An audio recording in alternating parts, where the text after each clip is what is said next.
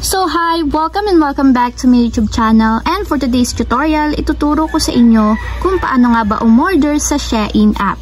But first, can subscribe to my channel and don't forget to hit the subscribe button and the bell to notify you for my new updates. And if you want to learn more, just keep on watching and let's start.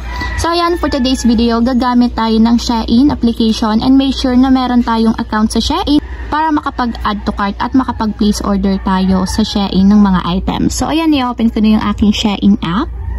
Then pagka-open, pwede na kayong pumili dito ng mga items na gusto nyong i-place order. So pwede naman kayong mag-search dito sa search bar kung ano yung gusto nyong item. So for example, shoes.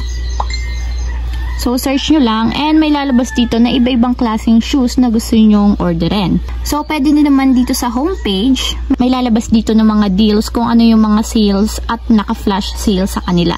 So kung makikita nyo, meron ditong mga naka-promo and mga deals dito sa homepage. So meron din naman dito para mas mabilis kayong makahanap ng mga gusto nyong item. Meron na ditong nakasort by item. So meron na ditong mga tops, dresses, bottoms, t-shirts, co-ords, denim, beauty beachwear, jumpsuit at iba pa. So naka-arrange na dito yung mga kailangan ninyo and hindi na kayo mahihirapang hanapin dito sa mismong application. So for example, pipili na ako ng item na gusto kong i-place order. So pupunta ako dito sa beauty. So, hahanap lang ako dito ng item na gusto kong i-place order. So, for example, ito, itap nyo lang yung item and double check nyo lagi yung mga reviews and ratings nila kasi yun yung pinaka-importante bago kayo mag-check out ng mga item. So, tingnan nyo kung legit sa actual picture yung mga ino-order nila. And sobrang laking advantage din kapag mataas yung ratings. Lalo na nito, mataas na ang 4.9 ratings niya kasi almost 5 na siya or almost perfect yung ratings niya. So, ayan, double check nyo siya. So, kalimitan naman dito sa Shein kapag bago pa lang kayong o-order, madalas maraming free shipping dito. So, hindi na kayo mag-worry sa free shipping kasi madalas may free shipping din dito. So, ayan, kapag okay na, itap nyo na yung add to cart. So, ayan, for example, ipi-place order na natin yung in-add to cart natin. So, tap natin dito yung cart sa side. And lalabas na dito yung mga in-add to cart ninyo na items. So, for example, is ito-check out ko na itong item na to, itong bag na brown or khaki. So, ang gagawin nyo lang is itatap nyo yung small circle. So, katulad nito, so dapat meron siyang check mark. And kung makikita nyo yung total item niya is 184 pesos. And free shipping siya kung makikita nyo nakalagay dito. So, mostly naman marami ding free shipping dito yung ibang mga shop, lalo na yung mga bags, mga shoes.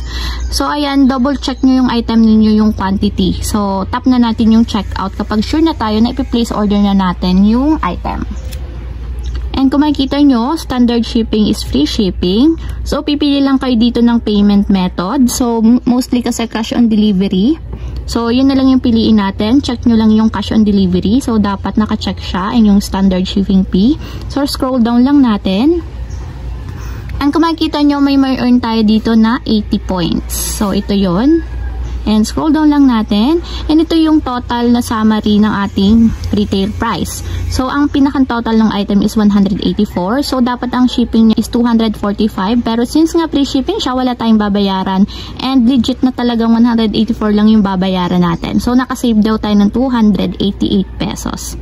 So, ayan, basta double check nyo lang dito yung items ninyo, yung quantity, yung payment method, and check nyo yung address dito sa taas. So, dapat naka-address siya dun sa mismong gusto nyong pag-deliveran ng inyong item. So, scroll down lang natin, and tap na natin dito yung continue to payment para ma-place order na natin yung item. So, may magsasend na OTP code sa ating registered mobile number sa Shein. So, yun yung ilalagay natin dito sa blank boxes. So, lagay lang natin to make sure talagang tayo yung nag-order sa ating Shein account. Then, after nyan, i-confirm lang natin dito yung ating shipping address. So, tap lang natin yung confirm. So, sabi dito is, bago daw sila mag-door to door or i-deliver sa atin yung pinakang item, tatawag daw muna sila para i-confirm yung final details ng ating order. So, para daw ma-ready yung pera kapag i-deliver na sa atin yung item nila.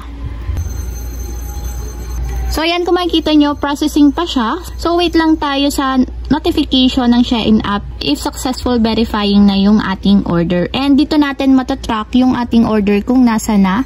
So, check lang natin dito sa pinakang profile ng ating account. And kung makikita nyo, nandito siya sa processing under ng my orders. So tap lang natin yung processing para makita natin yung progress niya. And nandun pa siya sa processing. Pero kapag once na i-deliver na siya or i-ship na siya, dapat nandito na siya anytime soon. So, ayan. If ever na nandito na siya, malapit na siyang i-deliver sa atin. So, ayun lang guys. Ganun lang kasimple. If you have a question, can you comment down below. And don't forget to hit the subscribe button and the bell to notify you for my new updates. And thanks for watching! Living life, every day, late at night, not okay.